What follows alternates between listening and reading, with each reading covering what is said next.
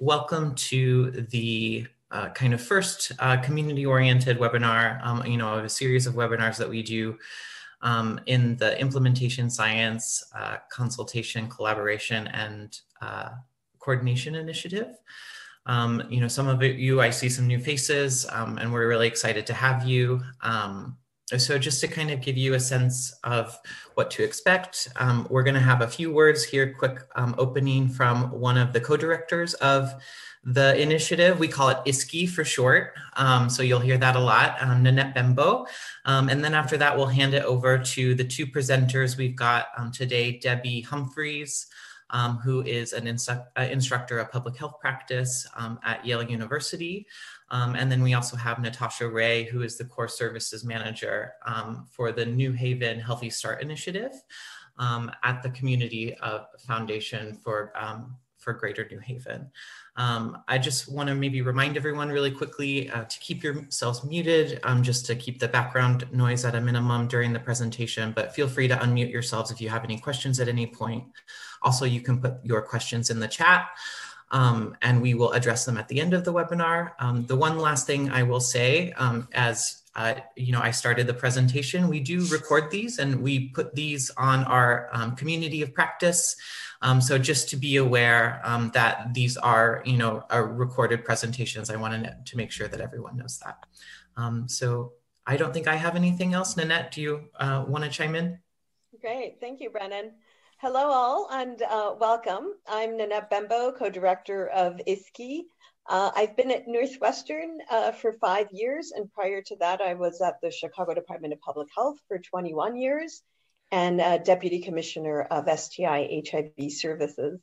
The topic of today's webinar, Building on Partner Expertise to Enhance Implementation Science Research, speaks to the collaborative nature of the NIH administrative supplements call for collaboration between investigators and local partners to support their EHE initiative. This is the beginning of our efforts to provide tailored implementation science training and capacity building for implementation partners. And as Brendan mentioned in his email about this webinar, our first formal activity with implementation partners will be a kickoff meeting in late January to tell you about the services offered by ISKI and the CFAR hubs and AIDS Research Center hubs through this project. So please stay tuned. And I will now turn the mic over to Debbie and Natasha. Thank you.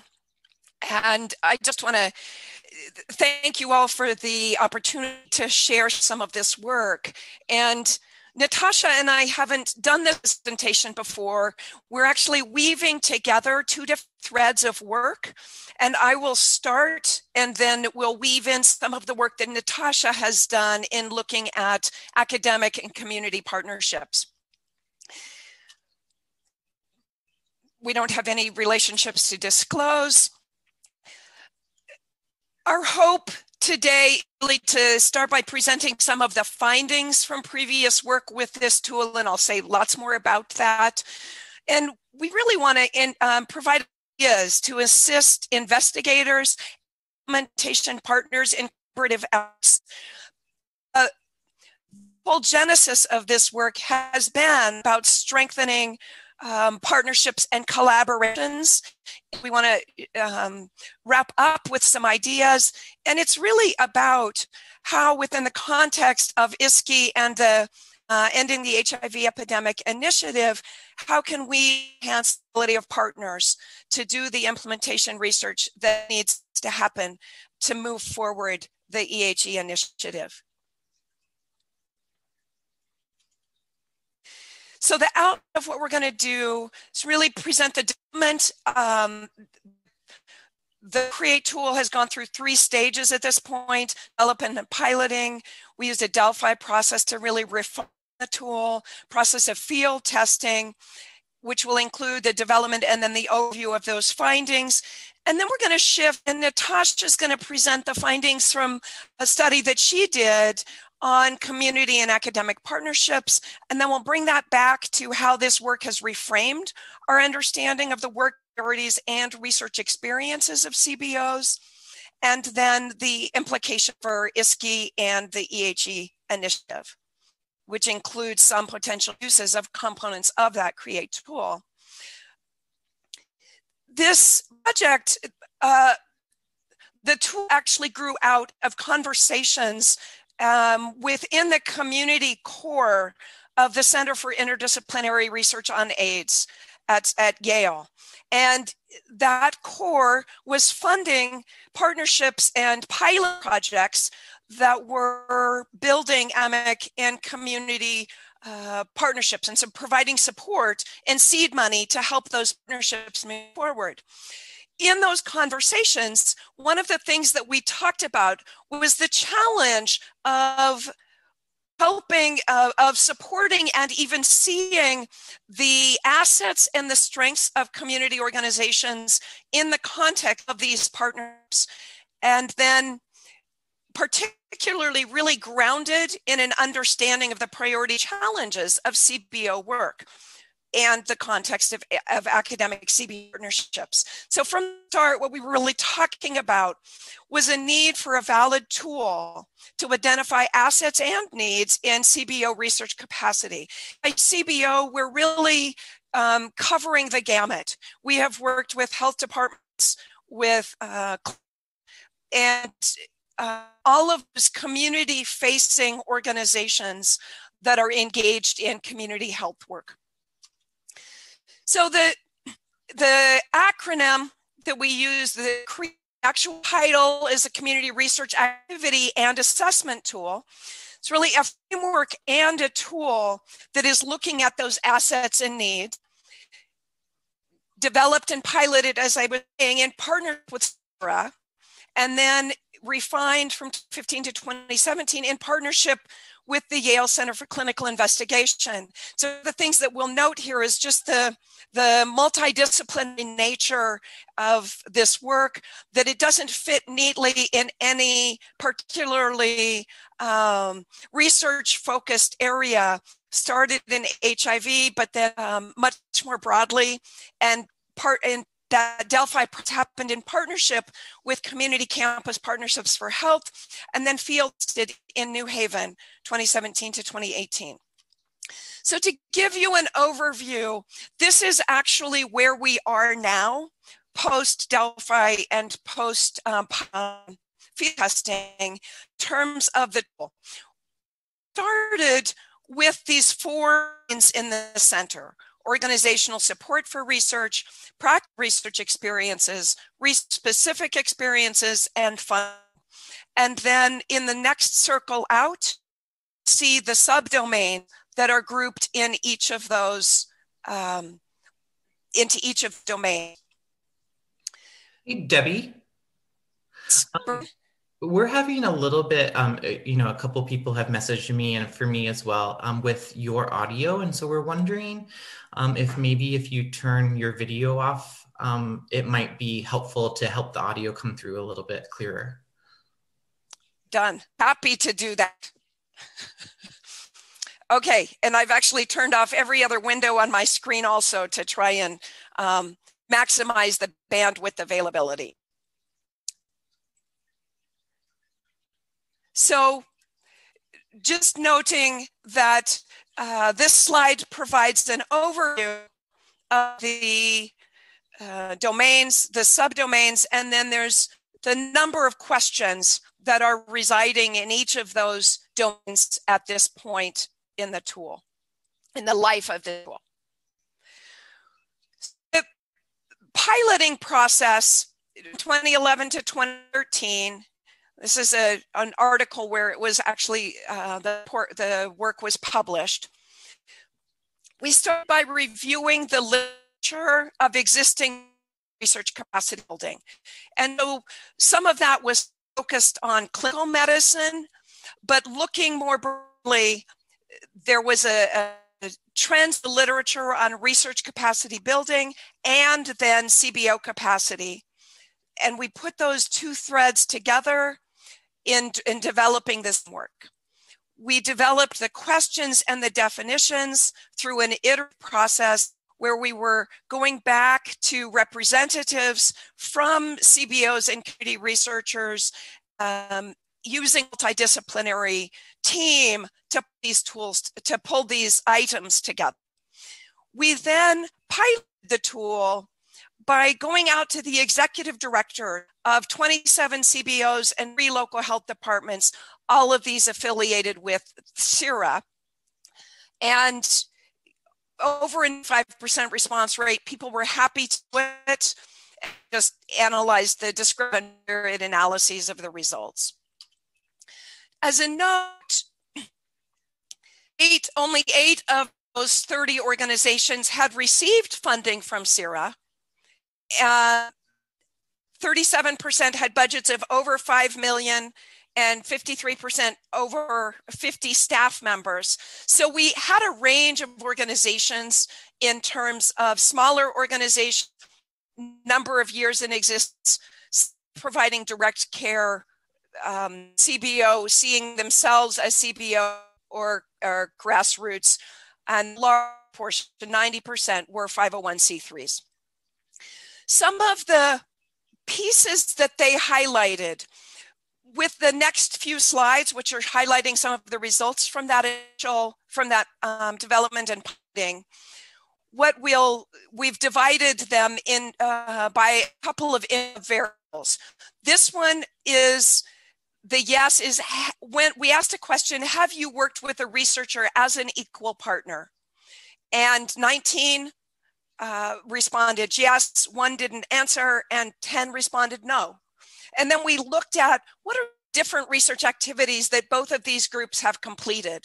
And almost all have played a role in completing surveys, recruit, they've been a research site, and you group this in order of frequency. But you'll note that towards the end, those who haven't worked with researchers as equal partners, the blue, the suggested here, the suggested areas in need of research. That was an interesting one that really differed between these two groups. That those who had felt they'd worked as an equal partner had been able to bring their ideas and their thoughts on areas in need of research to the table. This one looking at the large organizations versus the smaller organizations and the barriers they identified. And they're very similar. And so 16 organizations were over 50 staff members, 14 were under, but all noted these issues with staff time and staff skills to write the proposals, finding relevant and then having staff with the skills to identify new and innovative research. Really noting about 30% of both groups identified difficulty working with academic or other researchers as a key challenge that they've faced in being able to access research funding. Another interesting piece, and this one is actually divided by large and small budget. We asked about who they were sharing the results of their research work with and the results of their work with. And everyone said funders. And they were sharing it with funders and board members and policymakers and their staff. And at the very bottom, 18% in the lower budget organizations, 54% in the higher budget said that they were sharing work with scientific community and research journals. We really just want to highlight that this, to us, sort of represents the agenda needs of community organizations and who their primary audiences for their work are: funders, board members, policy, community, partner organizations. So the pilot study really demonstrated variability in experience, but it revealed that CBOs with a non-research mission did report frequent use of research and data to support their community health work. A question not at use of secondary data, of primary how they were looking at it, were using it. Barriers to using research more effectively in their work included staffing, funding, organization support, skills, large size and budget, positive research activity, were associated with higher levels of research activity. So after this piloting with the 30 different organizations, we were able to get a pilot grant through the Yale Center for Clinical Investigation, which is the CTSA there, to refine the tool with Delphi panelists. And we proposed a Delphi process, and we recruited experts composed of community and academic researchers. Some were from our own networks. Others were actually recruited from around the United States using the Community Campus Partnerships Health Listserv. And so that we were able to have community representatives from Hawaii and Oklahoma, and we were really trying to cover some geography in addition to the skill set. Worked to balance those experts that one person was in both camps, we counted as both community and academic, and the others tended to be more on one side or the other. And so we were looking at a need to have input from both of these communities in assessing this tool. The participants, the panelists, went through 5 online rounds, some of which were excruciating with hundreds of questions that they looked at. They rated the importance of all of the items on a 3 or 5 point Likert scale. And then we also had open-ended questions so that if they didn't like something, if they had to see it differently, there was space for them to comment on that and to provide us feedback. We used the median response values and interquartile ranges to highlight areas of agreement and disagreement. The process included a research team with 2 researchers, 2 research assistants, and a former CBO staff member that were working together on developing all of these materials. We also had a review team of experienced CBO researchers, and Natasha was actually the Connecticut CBO researcher that participated in this. And this review team reviewed all of the materials. They looked at the panelist responses, and they really provided input and helped us integrate the feedback the panelists forward from each round. Much of the comments and questions and feedback from the tool, from the Delphi panelists, focused on areas of agreement, but I want to draw out 2 areas where they were not able to come to agreement. And both of those items were around the language of evidence-based practices. So one of the submains it had been called Finding Adopting Model Programs or Best Practices, and there had been suggestions that maybe we should change that to Finding and Adopting Evidence-Based Practices. And so we took that out to the panel for their feedback. And then we had also looked at the term evidence-based practices and had defined it and wanted to be sure that the definition captured the meaning. And these 2 questions were where we saw the biggest range in responses. Most academic panelists favored changing the subdomain. Median response value of 5, which was the highest, and the interquartile range was 1. However, most CBO panelists preferred the original language, Finding and Adopting Model Programs or Practices. And the median response value was 3, with an interquartile range of 3.5, indicating a wide amount of disagreement on this. In addition, in terms of those definitions, most of the academic panelists preferred changing the term to evidence-based practice, although the interquartile range of 3 makes it clear that there was more disagreement and more spread on that particular response, and then C panelists preferred the model program. In terms of looking at the understanding of what concerns were, in terms of changing the subdomain, these are all perspectives from some of the academic panelists. Some say, I like the new wording. Others say, no, all terms should be utilized. They stand for different actions, and including somewhere on the continuum of theory-based work as a model. And best practice includes evidence-based and more. Sometimes expert opinion is the best there is. In terms of the panelists' responses, some did say, sure, we could change it. I strongly agree with the change. But others said evidence-based for who? If this will be interpreted as published, then we model programs and wise practices that may be in special reports or regional monographs. And another voice, I feel strongly that there are community-based practices, and communities should be encouraged to lift up those practices that are working, that are being effective and efficacious. The term evidence-based practices excludes other models and practices that may have yet been evaluated or being used in practice. I recommend leaving finding and adopting best practices, evidence-based or community-based. So the conclusions we drew from this is that experts differ in their perspectives on whether it's an appropriate and relevant term.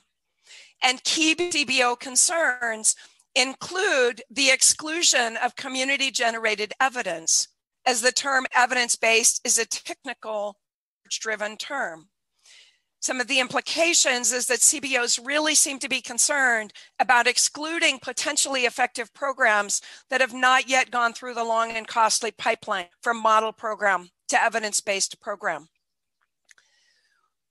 Based on this Delphi, the Delphi panel feedback, we revised the tool, framework to what you saw at the beginning, and then we did field testing in the greater New Haven area from 2017 to 2018.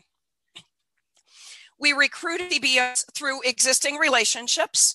13 were contacted and 11 participated, really looking at the southern part of New Haven, Connecticut by and large, Bridgeport, Haven, London, Norwalk, and Shelton.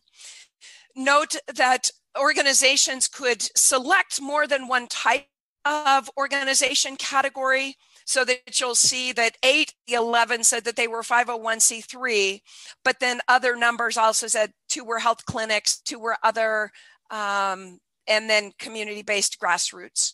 In terms of the size of participating organizations, again, we had a range from 1 to 10 to more than 100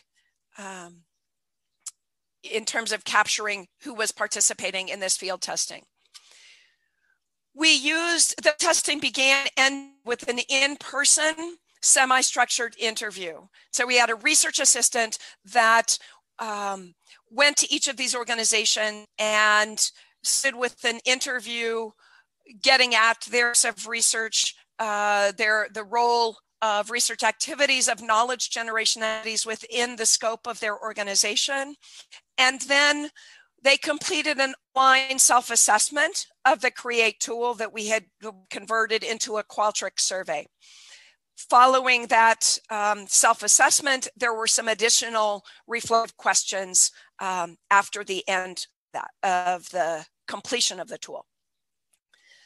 For each of the organizations, we created a feedback form, and there was some overarching introduction. It was basically a 2-page form, and the top of the front page was really about the tool more broadly to ground what we were saying. And then second, the back of the feedback form was about explaining. So you'll note the interpretation and meaning of these scores has not been validated. So we're noting this is all preliminary. We encourage organizations think about your score as your own base, with lower numbers testing domains or subdomains where you might want to think about building capacity, and higher numbers suggesting areas of strength within domains and subdomains. At the bottom of this page, scores. And so each organization was able to see both their own score and the average CBO score for all of the participants, and looking at each of the domains and each of the subdomains under those. It took about 30 minutes on average for participants to complete that tool using the online format. I think it was user-friendly. Just reading through it was easy. It outlined in what do you call that, like the Likert scale. Didn't think it was too long.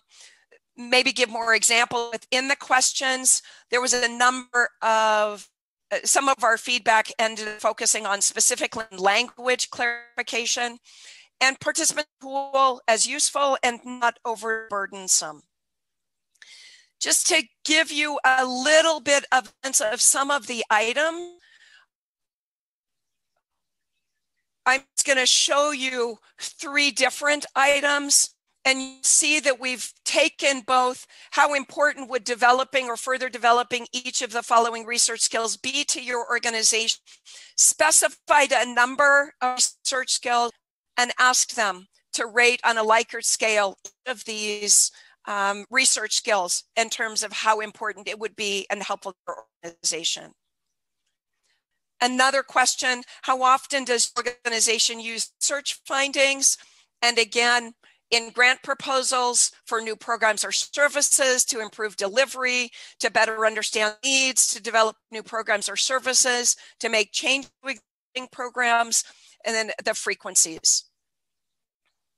And the last example that I'm just going to give you is to indicate your organization's level of confidence in the following areas: quantitative data analysis methods, qualitative data analysis methods, interpreting quantitative data and drawing conclusions, qualitative data, writing up research findings, and again, a Likert scale in terms of the level of confidence.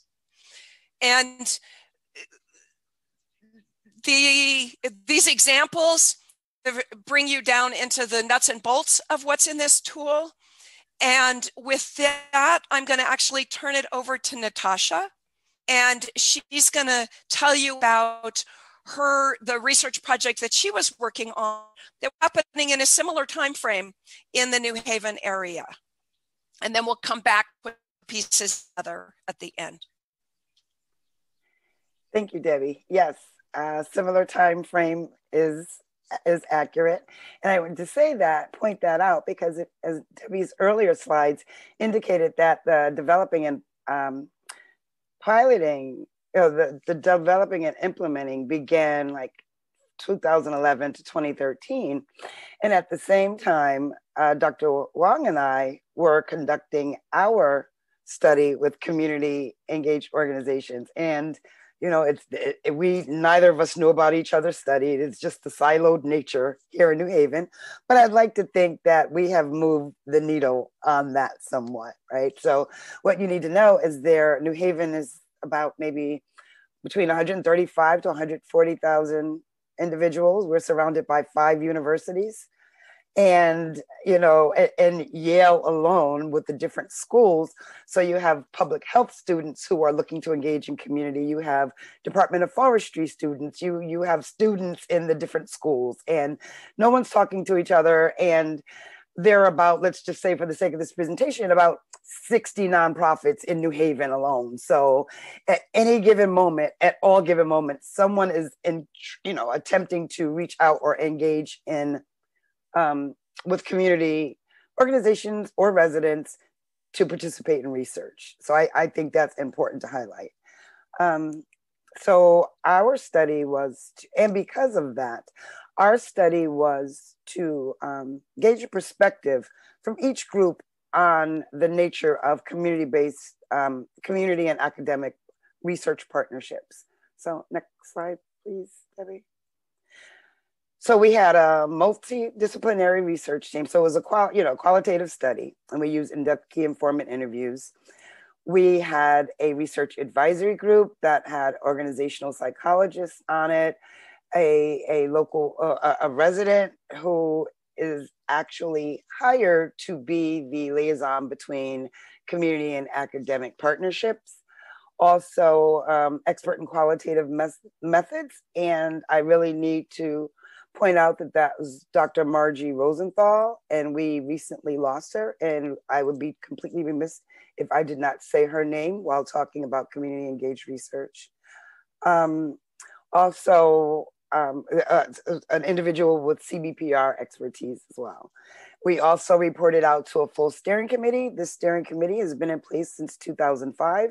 It was a steering committee that was put together for the Robert Wood Johnson Foundation Scholars Program.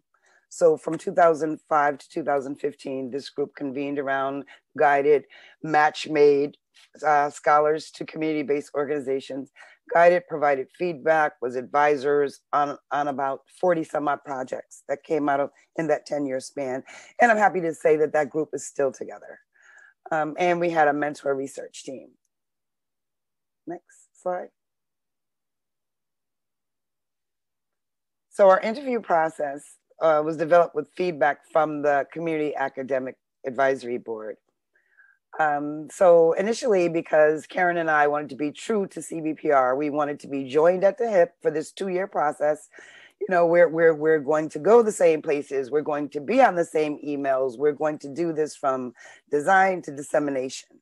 And then the feedback from one of the individuals on the larger Community Academic Advisory Board was, no, you might want to think more about that. So you may want to, Karen, you by yourself interview academia, and Natasha, you interview by yourself the community-based organizations. And the thought was that there would be more transparency, people would be more authentic in their comments and what they shared, and that we would have richer data to report on. Our interviews were audio taped and professionally transcribed. And some of the questions from our interview guide were: describe your experience working in community university projects, describe advantages and disadvantages of working with the other group, and what advice would you give to a community leader or university researcher who is going to engage in a research project with the other group? Next slide. And here are some of our key themes. The impact of race, power, and privilege on research relationships came up all the time. And there were different perspectives from both groups. Both groups described that the historical impact on research relationships of race, power, and privilege. Community leaders described its persistent role and relevance in research relationships. There was also the theme of exceptionalism with community engaged researchers. Both groups described the perception that community engaged university researchers are exceptions to the typical culture of the university. The theme of interpersonal skills. Both groups described that the interpersonal skills that university-based researchers need for community engaged research require a change in organizational culture and training. And I thought, you know, this was interesting, given that we knew that Debbie was doing a study about the capacity of community-based organizations. And here we are in our study with communities saying, no, researchers need their capacity developed, right? And also there was skepticism about sustainability.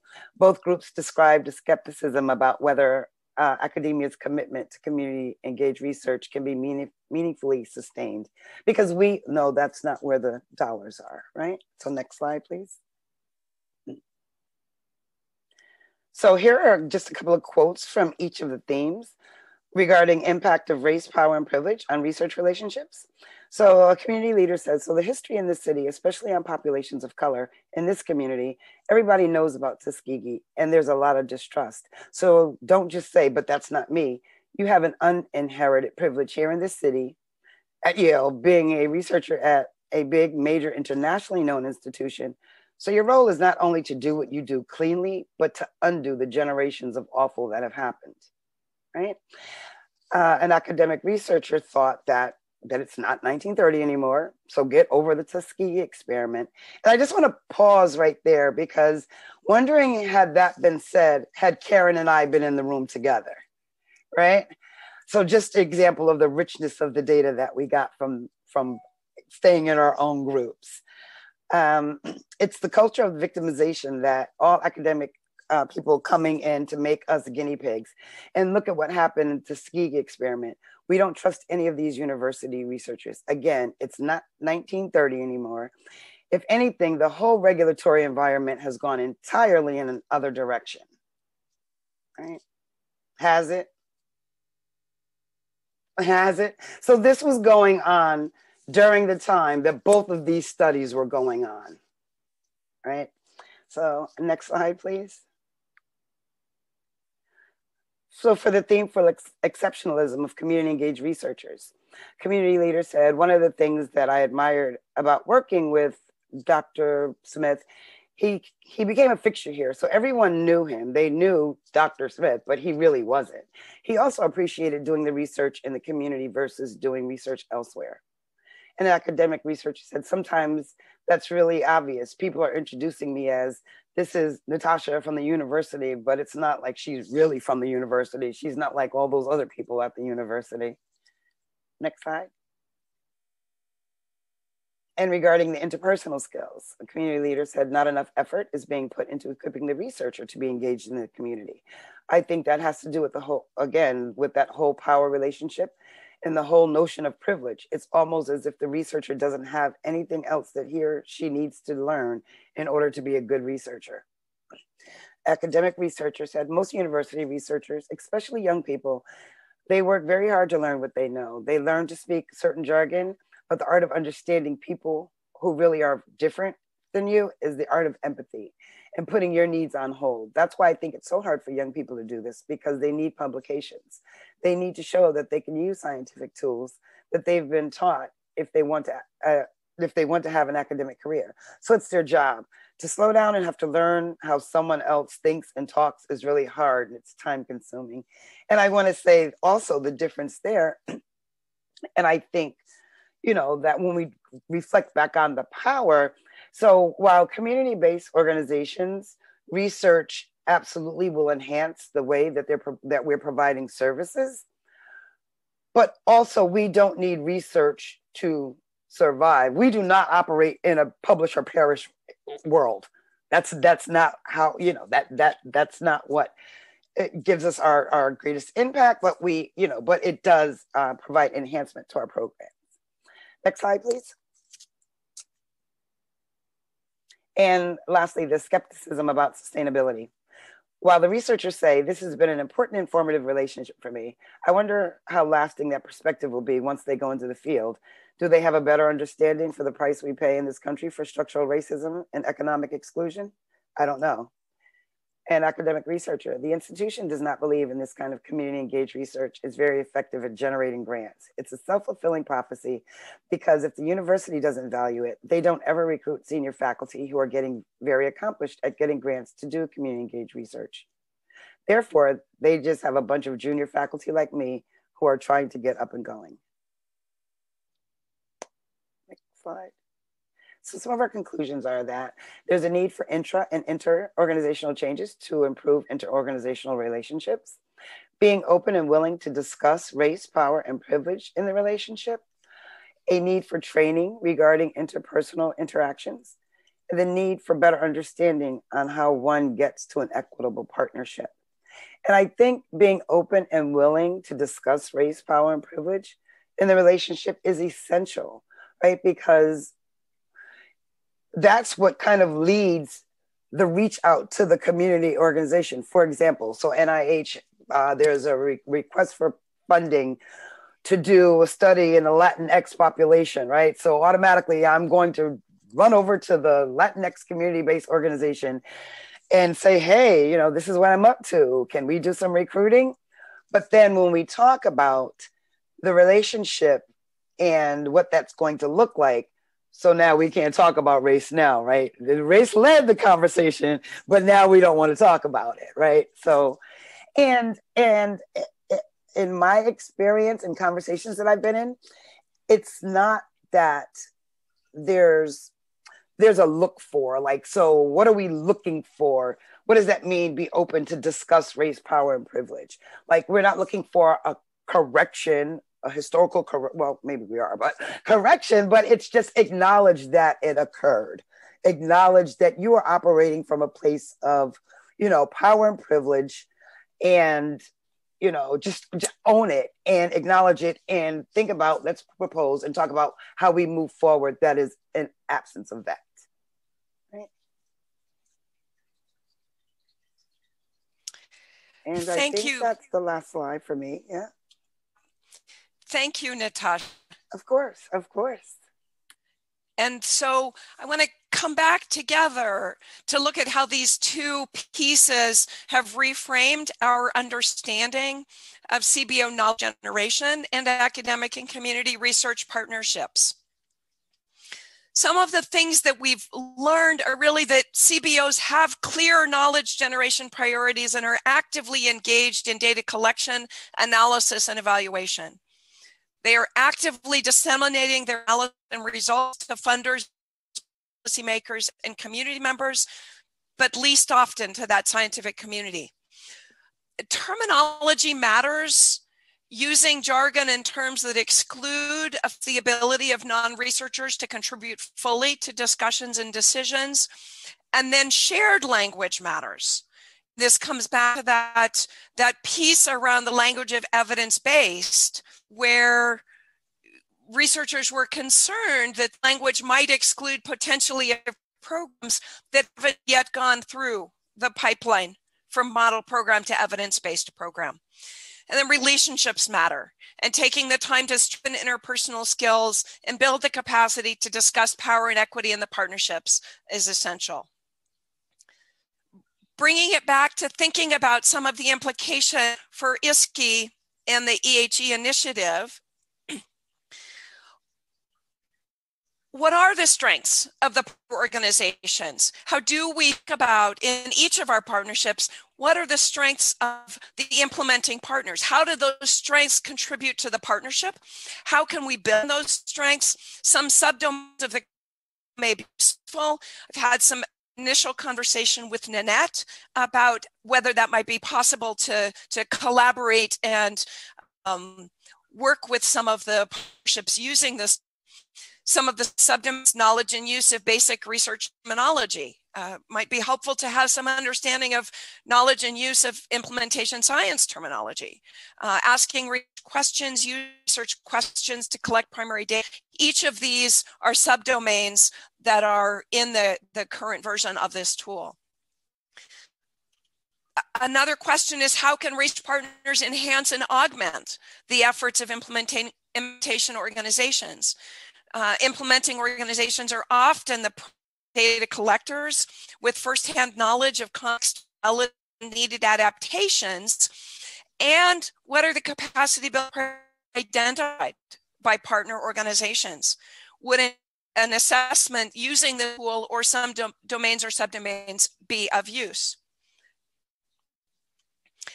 And what are the capacity building needs of our research teams? Are there needs for interpersonal skills in this issue around the ability to discuss power and equity in partnerships, and language and communication skills? And just noting that I shared a few of the questions from the tool, a few of the items, pages long, and so. I'm happy to share more of it, but couldn't put it here.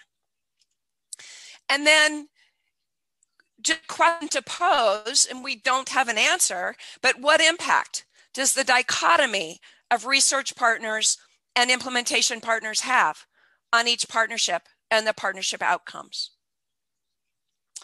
And then some cautionary notes as we wrap up. Focusing on CBO capacity may assume that researcher capacity is a limiting factor.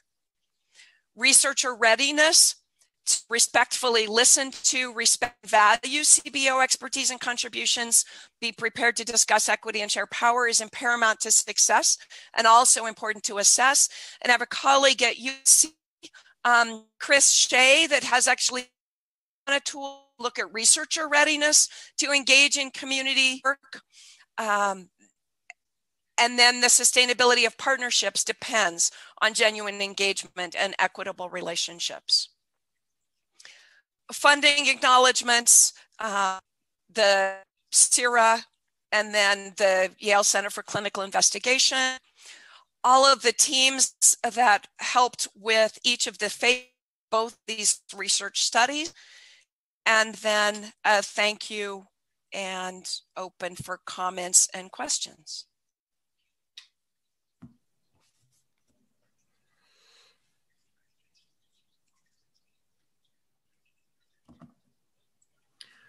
So I just want to say thank you really quickly. I really appreciated seeing kind of both of the projects juxtaposed next to one another. And I think it really came out with some really interesting lessons learned.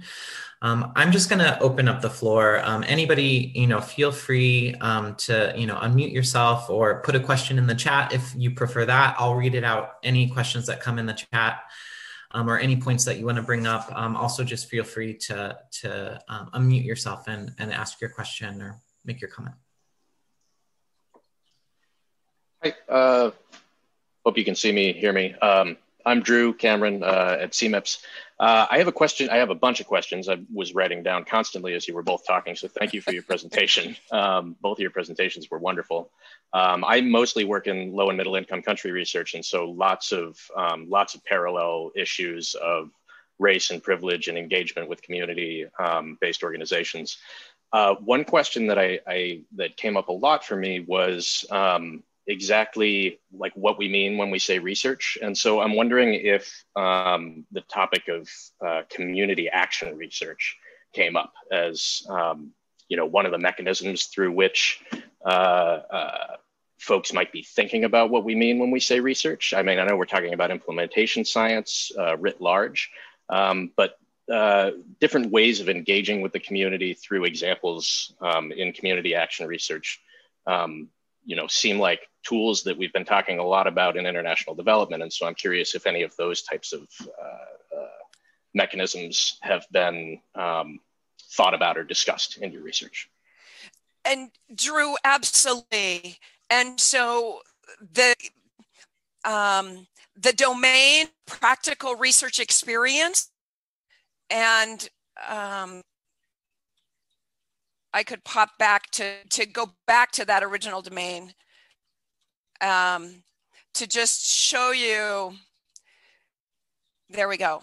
So practical research experiences was trying to get at, and so you'll see it in the center on the right side, is really getting at the monitoring and evaluation, the community assessments, and those kinds of activities, because yes, are embedded in the needs of community organizations.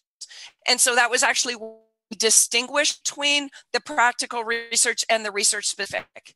And so acknowledge the knowledge generation activities in this domain of practical research experience, and to make a distinction between practical research experience and then this other level of what we call research. Does that help?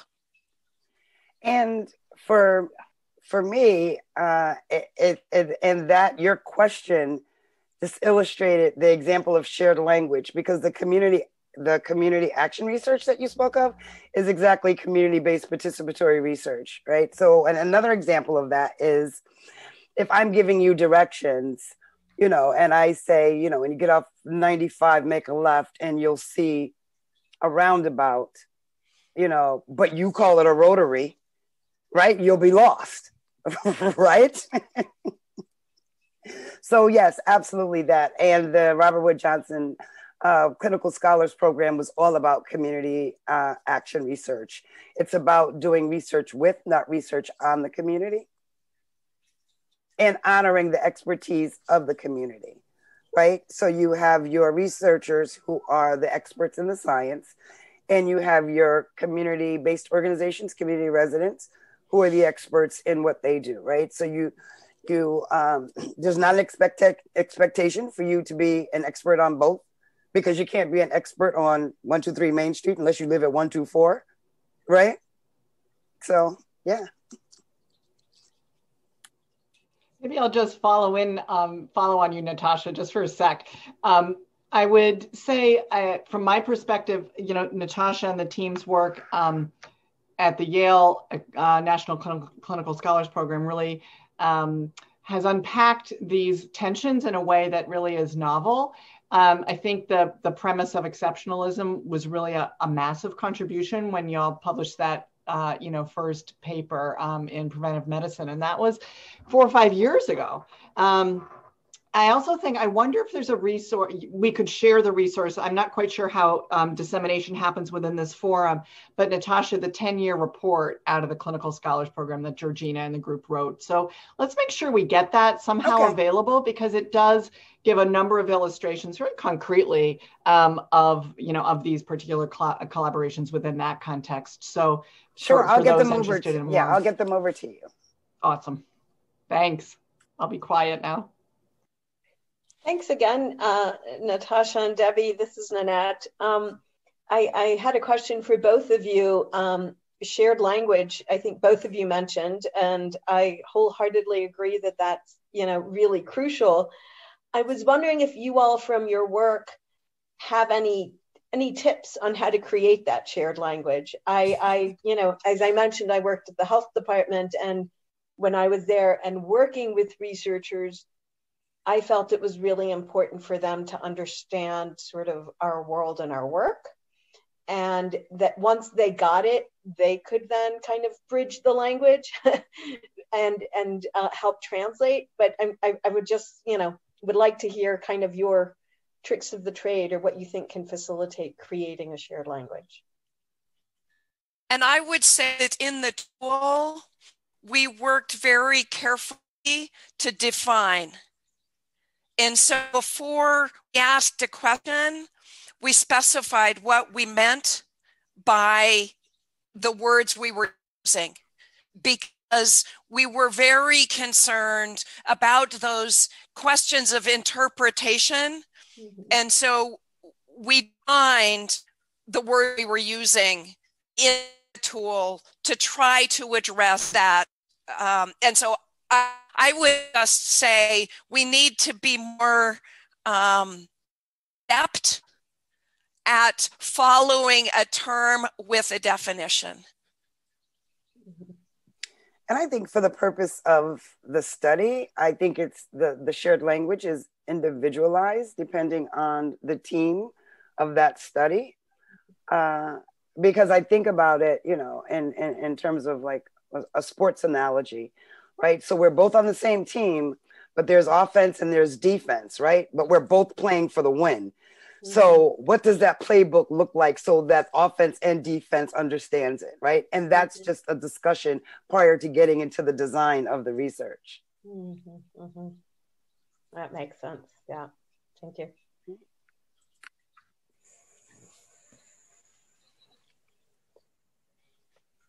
Would anyone else in the audience like to bring up any questions?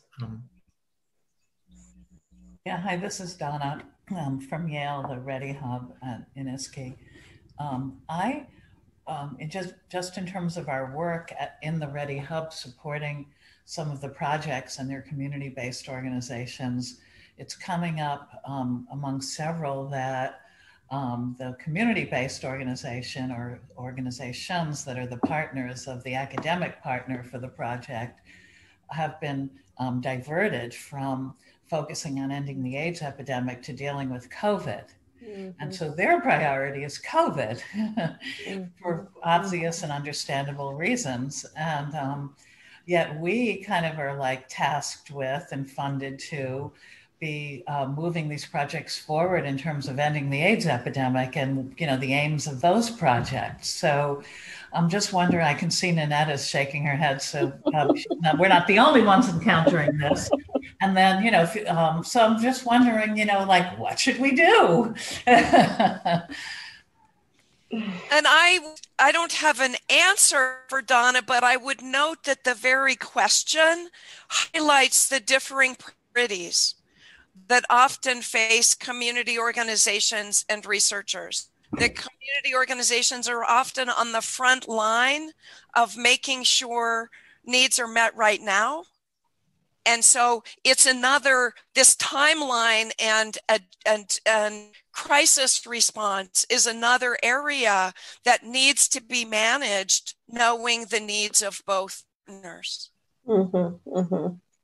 And it could also be like, so, what are some of the things that you are seeing within your HIV population as a result of COVID? Because COVID should be everyone's priority right now.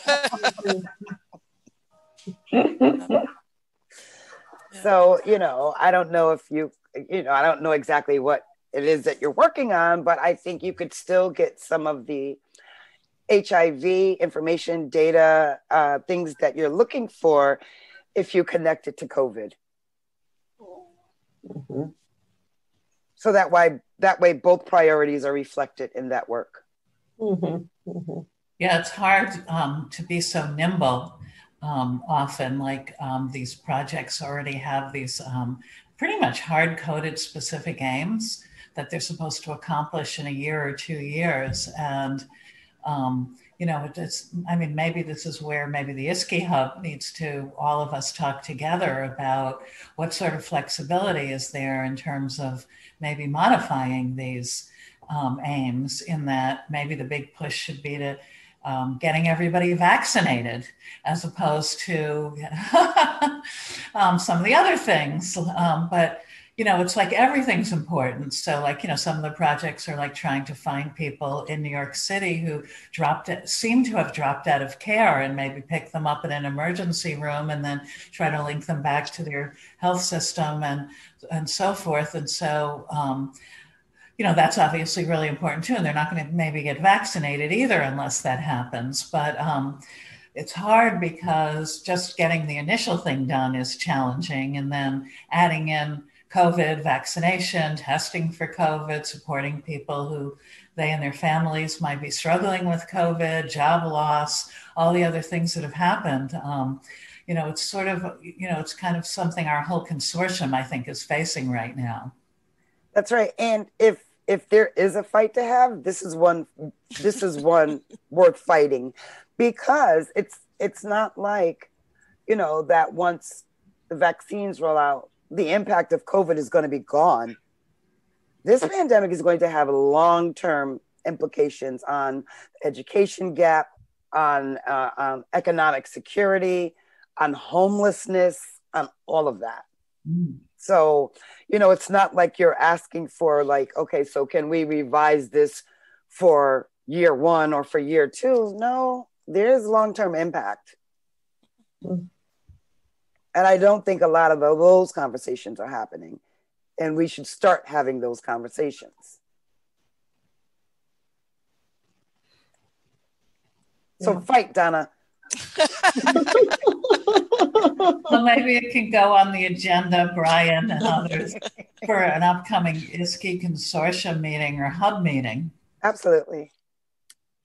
I have something to say. So as someone who represents community-based organizations, you just kind of mentioned the fact that there are folks who are going through like financial instability and things like that. And as a researcher connected to a major institution, you have the ability to help those smaller organizations by providing them a long-term consulting contract. So I would look at what you're asking for, and then how can you help sustain the community-based organization through providing them funds or capacity building or trainings or access to resources.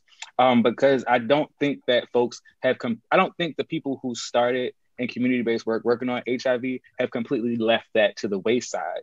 Because COVID, we don't know what the sustainability looks like for community-based organizations looking to get those funds, because we know they'll particularly go to larger institutions. So if you know that money can come through your institution, you can funnel some of that back to the community-based organization. They can be financially stable and secure, support their staff, and then in turn help you get your deliverables met.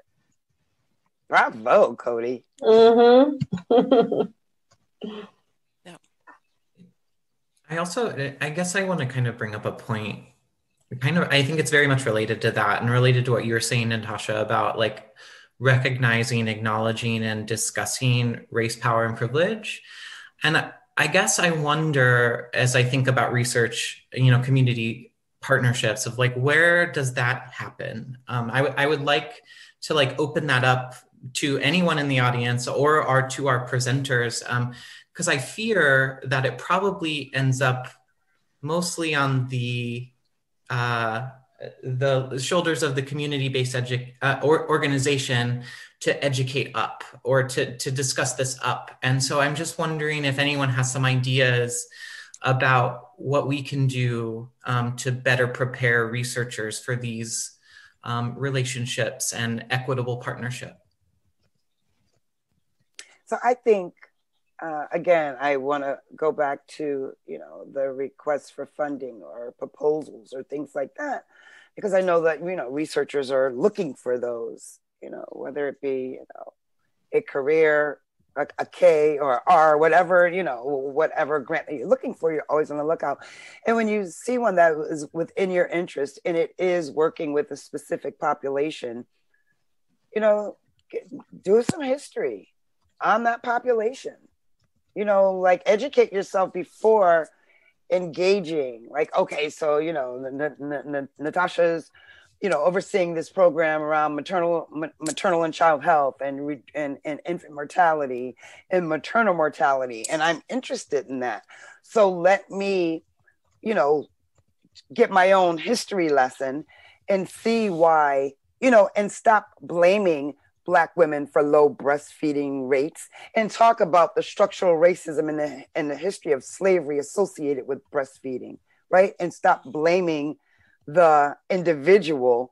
And that's, so things like that. So if you see there's a specific population that you want to work with, just do your homework. And then when you engage in that initial conversation, then, they were like, oh, okay.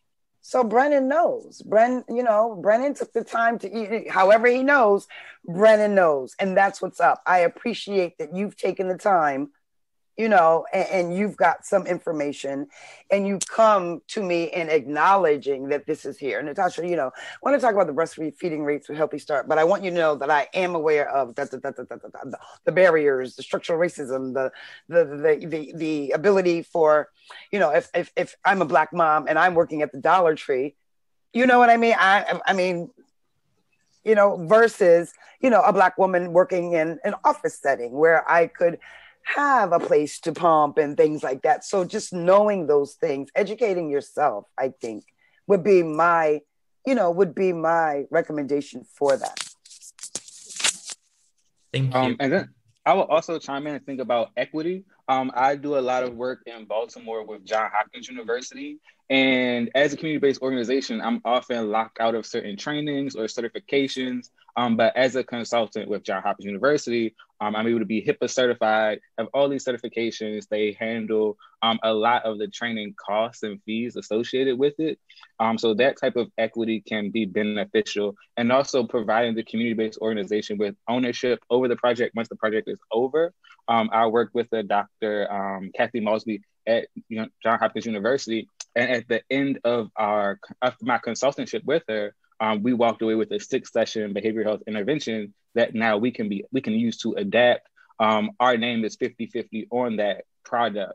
So at the end of that, I was able to walk away and say, I developed X with Johns Hopkins University. That's right. And that's on my resume now. And that allows me to continue my organization, get additional jobs, build further relationships. And I think that's one of the things that researchers and institutions have a monopoly over, the networks and connections. So oftentimes bringing those folks in, inviting them into the table and then sharing with them freely, because you, like you're saying, you have the privilege and the power. There shouldn't be any type of, let me silo this information, this network for myself, and then slowly pass out what I think is worthy to the folks who I deem worthy. It's just invite them to the table and develop equity with them. And I think I actually appreciated this session because, like I said, I did a lot of this work. I've been doing a lot of this work, but to see it being focused on a larger scale is really beautiful, and I love it. I enjoy it. Thank you. Thank you. Thanks for sharing, Cody. Right. Yeah. Yes, and even to your point about access to things, I mean, there were a couple of papers that I was co-author on that I didn't have access to. Like, wait, what? Mm-hmm. I mean, I have them, but I'm just saying the way that the system is set up, ordinarily, you know. Yep, absolutely. Well, I do want to be mindful of time. You know, we had an hour slotted for this activity, and I think that we can talk about some of these things for hours and hours. And I really do hope that, you know, as we continue this work, trying to discuss these topics with both the researchers and the implementation partners, that we can continue to these discussions. So I just want to thank everybody today for participating. Thank you so much, Debbie and Natasha, for presenting your work. It was super, super enlightening, and really, I think, set a great stage for our work this year. So I hope that everyone has a nice holiday season, ends the year well, and we will see you sometime after the new year with some more activities. Absolutely. Thank you all so much. Thank you all very much.